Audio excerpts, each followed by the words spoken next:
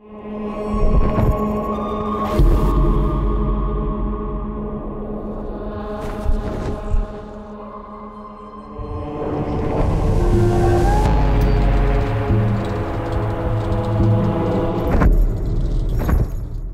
a no-holds-barred, unrelenting, never say die, just not gonna give in. If anything sort of confronts him, he's ready to go up against it. Kind of a brutal bastard. Dante's not a good guy. He's like, ah! He's a guy who kicks down the doors of hell, quite literally. Kind of a cock, basically.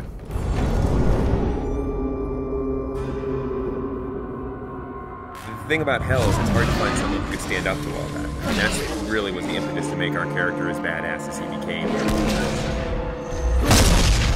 The poet, as he goes through hell, he's fainting, and Virgil picks him up and carries him over spots. And that's not a character that we could use for a hero. The real Dante was in Florence during the Civil War. He was more of a politician. We wanted something a little bit more, and so we made the bold choice to give him a past as a crusader. He's had a pretty tragic and, screwed up past. A lot of things in his past that haunt him. He's definitely not some straight sort of action hero. I like the fact that he's a little bit more human. I mean, obviously he's wielding this giant scythe that most of us couldn't lift, and I know because we built one for Comic-Con. So he's definitely, superhuman in that sense. But there are certainly moments in the game where he's not sure if he can go on. I think the story kind of demanded that he be a little bit more complex. The first line of the poem is, at the midpoint on the journey of life, I found myself in a dark forest, and it's a metaphor for him being confused and troubled about his own life, but we wanted to go to the nth degree for the video game. And so we wanted him to basically have committed all these horrible sins. Dante is guilty of all 9 sins and then some. Definitely start to see how his family factors into it, and you might start to see some familiar faces as you're going through hell and how that sort of messes with him. He's done a lot of bad things in his life. I think one of the important things is as you play through the game, you realize that Dante also tries to redeem himself.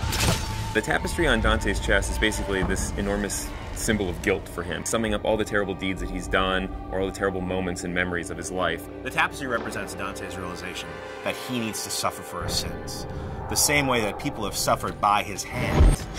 Remembering things, but he's remembering horrible things, so we wanted them to be like nightmares, And we knew that we wanted a really cool mechanism for showing those kind of flashbacks in the game. He's literally wearing the sins of his past sewn into his chest, and he's the one who's sewn them in there. We unfold his past transgressions through a series of flashbacks. Start to discover how much of a bastard Dante really was. Greed specifically is a turning point where you've discovered a lot more about Dante than maybe you even want to know about. Greed's a little more of a cerebral level. It's about puzzles. It's this very mechanized place with gears and motors, as opposed to most of hell, which is very organic. It's in a lot of ways the most hellish level. People are being tortured there in ways that you haven't seen yet. It's almost a big stone factory of torture. One of the big set pieces of Greed is the Wheel of Fortune. Everything in Greed is kind of controlled by this twisted wheel of possibilities. The Hoarder Waster are actually 2 characters in the poem.